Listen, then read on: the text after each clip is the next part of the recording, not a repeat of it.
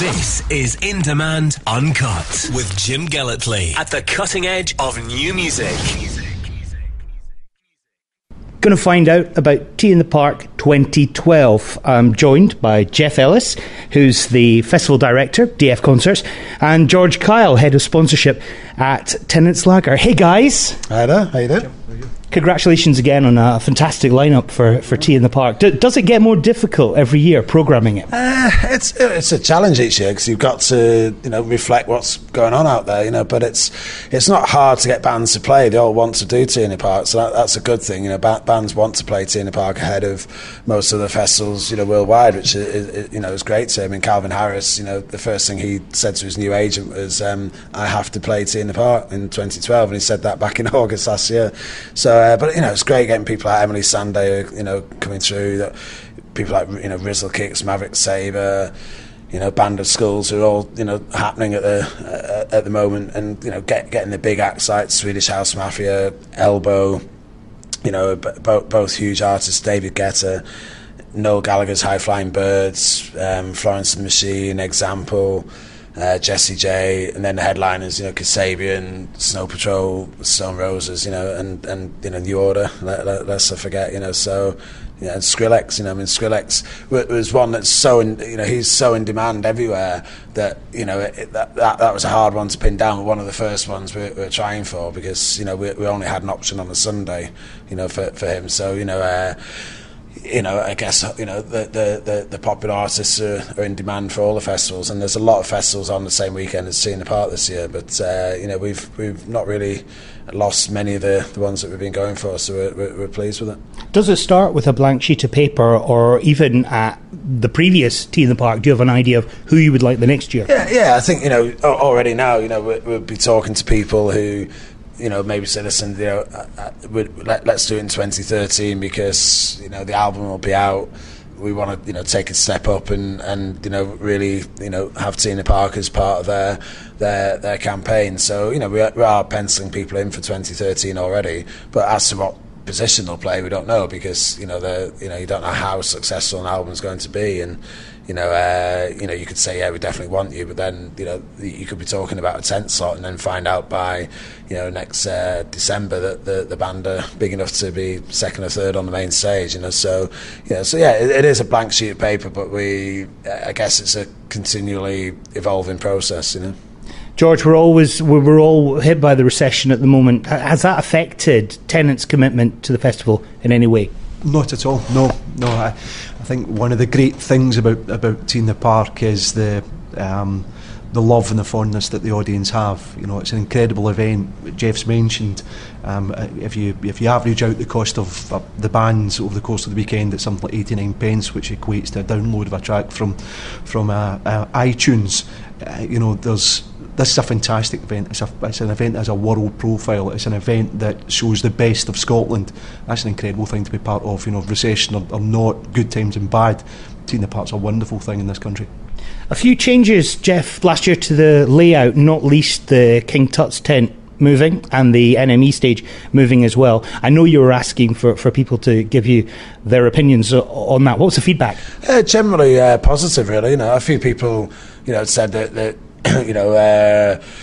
it was different, so therefore it took him a bit of time to plan the quickest route between stages. For me, it was like going to your local town centre and all the pubs had moved. Well, and that's the beauty in a way of a festival, because you don't have to be rigid with the design. You can kind of change it and evolve it. And I think what happens is people tend to, over a period of time, find the quickest route from A to B, because they might want to go via Healthy Tea when they're going between stages, so they work out where the busy parts of the crowd are going to be and where you can walk through a bit easier. But we got positive feedback, particularly I think for the additional exit back into the campsite at the end of the night. So what we're doing with the campsite is we're going to put more entrances in between the arena and the campsite, because that's what people are telling us that they want. And we're going to make part of the arena open to campers only, when the arena's closed. So that'll mean that we can use some of those structures as part of the campsite entertainment as well.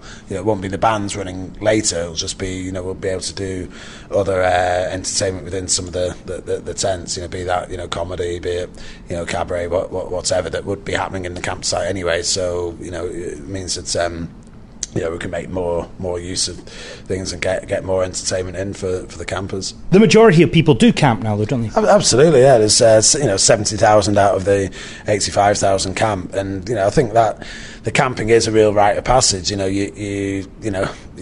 want to be on that campsite for the buzz and the energy, and I think you can equate it to something like Disneyland as well. People go to Disneyland, they want to be part of the magic and don't want to break the spell. And if you leave, you're breaking the spell a little bit. Now, obviously, some people like to leave and go back to their houses for whatever reason. Some people might not be going for all 3 days. Some people might just live close enough that they can go backwards and forwards. So it's it's each to their own. But we've seen that the residence area has become increasingly popular, where people can buy a yurt or a teepee, and and basically it's cheaper than staying in a hotel, but you're getting kind of hotel style luxury, with a proper wooden, bed and mattress and, chocolate on the pillow kind of treatment. And, some people like that because, again, they're not breaking the spell, they're staying on site, and, nobody's having to worry about who's a nominated driver, they're not having to look for a taxi or whatever, they can just stay on site. And the campsite is... that's where the real festival spirit is, I think. And 30,000 people turn up on a Thursday. There's no other event in Scotland that has that number of people, and we don't even have any bands playing on that. And that's because people want to be part of the atmosphere from Thursday afternoon onwards. And come Friday morning, you get this. It's almost like a Mexican wave, but it's a Mexican cheer going through the campsite. Somebody will start up at one end of the campsite, and it just goes all the way through, and it's just this roar, and it's just the excitement building before gates open into the arena, and it's I've not seen that anywhere else, and it's just it's something unique to the T in the Park audience, I think.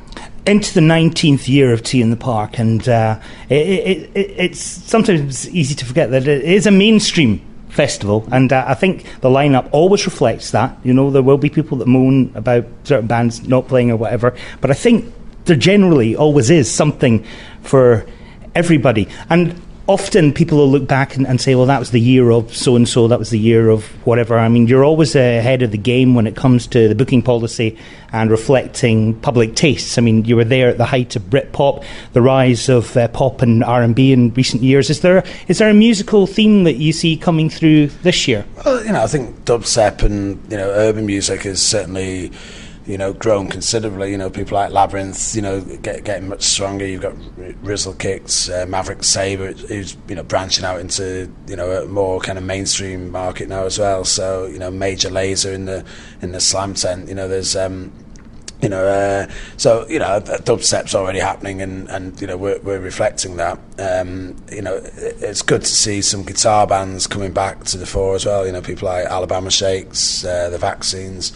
Two Door Cinema Club. It's but we've got Mastodon, which a lot of people would go, that's a very strange booking for T. But the feedback I've had on Mastodon has been phenomenal, and people telling me they really can't wait to see them, and people that I wouldn't have expected to want to go and see Mastodon. And you can certainly can't say Mastodon in mainstream. So it's but you're right. We've got to cater for broad taste, really, and to do 85,000 in a small country. Most festivals in small countries nowhere near that kind of attendance. So we do have to have a wide range of acts. But if you don't like Jessie J, there'll be something left field on at the same time that you can go and see that. But if you are a pop fan or a mainstream fan, then there's plenty for you to go and see. And then bands like Stone Roses, Snow Patrol, Noel Gallagher, all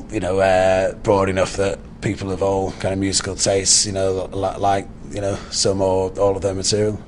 Well, Stone Roses, Noel Gallagher, Happy Mondays as well. There is, as a Mancunian, you must be quite chuffed with this lineup. Yeah, Mondays, New Order too. New Order, yeah. And Joyriders are my favourite band of all time. So to have New Order, coming back, but yeah, New Order, the Mondays. And I mean the Roses reforming. As soon as we knew that was going to happen, we had to have them at T in the Park. Well, that's what I was going to ask, because I was surprised, because I just looking at the impact the complete Stone Roses have selling out venues all over the place as a tribute act. Yeah. I'd have thought, well, the Stone Roses would be doing a headline show of their own festival almost. Yeah. So, wow. Well, that was one of the options. Obviously, they were looking at. I mean, they're doing their shows in Heaton Park that's sold out in record time, and they're certainly big enough to do their own, one day or two day, but with their own lineup, I should say. But they wanted to do T, which is great, and Ian's played at the event a lot. Manny felt that T in the Park was his best ever gig with Primal Scream last year. John Squires played with the Seahorses in the past, so it's only Rennie who hasn't played T in the Park. So I think they've know the event, and it certainly wasn't hard to get them to put it in the date sheet. Now, when it comes to the T in the Park weekend, both of you guys are going to be pretty busy. Do you get a chance to go and check out the bands? George? Not to the extent that people would believe. Obviously, a highlight for myself will be the tea break stage. It's been going since 1996. It's an integral part of T in the Park. I think it adds to what makes T in the Park unique. An ongoing track record going back to the first days of when it was the new talent stage of bands being identified who have progressed through the stages and ultimately headlined. And we have the same level of expectation and hope for the tea break entrance for this year again.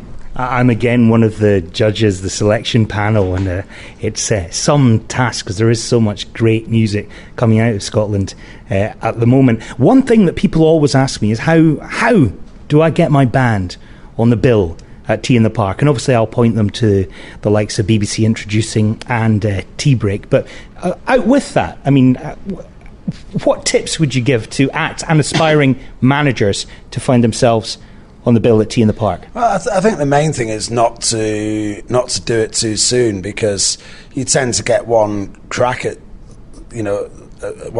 something, and if you're not ready, it's going to pass you by. So getting on, and we say this to a lot of record companies and managers who say, right, we've got this new band, a real priority, we've got to get them on the festivals. It's like, well, right, it's too early in their career.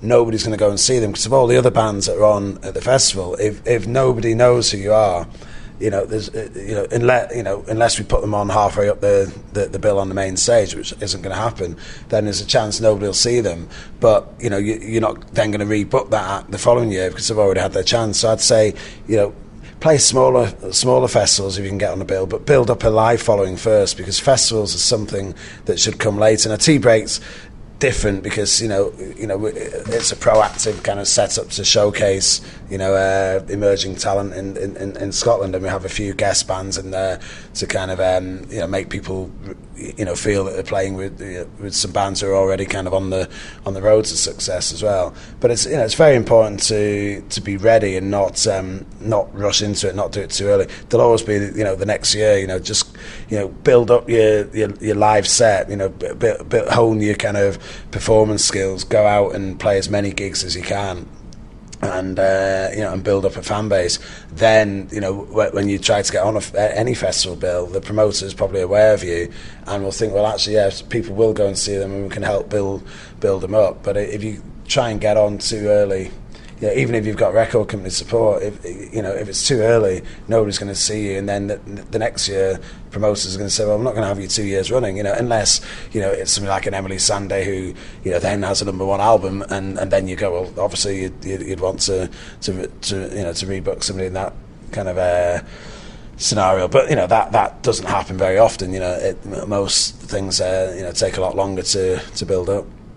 So it's important to have some sort of buzz going on elsewhere. Absolutely. Yeah, I mean, if a brand new band you've never heard of comes to you, you'd be struggling to take them seriously. Because you've got your finger on the pulse anyway. And we're struggling to accommodate all the bands who want to play. I mean, there's bands who selling out Barrowland and the Academy who we're talking to at the moment, and they're like, well, we can't be that low down on the bill because we're playing another festival and we're second from top, and we're like, well, we've got so many acts on, that's the only slot we can put you on. So if we find it hard to accommodate bands who can sell a couple of thousand tickets, then somebody can't sell any tickets. It's just too early, and Tea in the Park is about being that bit more Yeah, as you say, having a buzz about you. You don't have to be an established major act, because we do have new bands on the bill, but we want new bands on the bill that people are going to go and check out. Like when we first did Coldplay, and Yellow just got released, and there's a real buzz, and they're on about 2:00 in the tent, and it was rammed, and it's a great vibe. But if we'd put them if the festival was 6 months earlier, nobody would have been there, because that record wouldn't have been on the radio, nobody would have heard it. So. Finally, guys, if you were able to see only one act at T in the Park this year, what would it be? I know this may sound a bit obvious, but Stone Roses.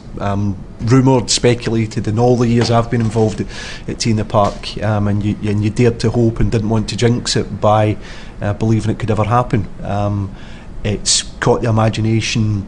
Everyone's talking about it. I genuinely believe the performance at T in the Park with Stone Roses will be something something not to be missed. I have to agree. I mean, I think the Stone Roses is that special. They're not just a headliner. They're the Stone Roses. It's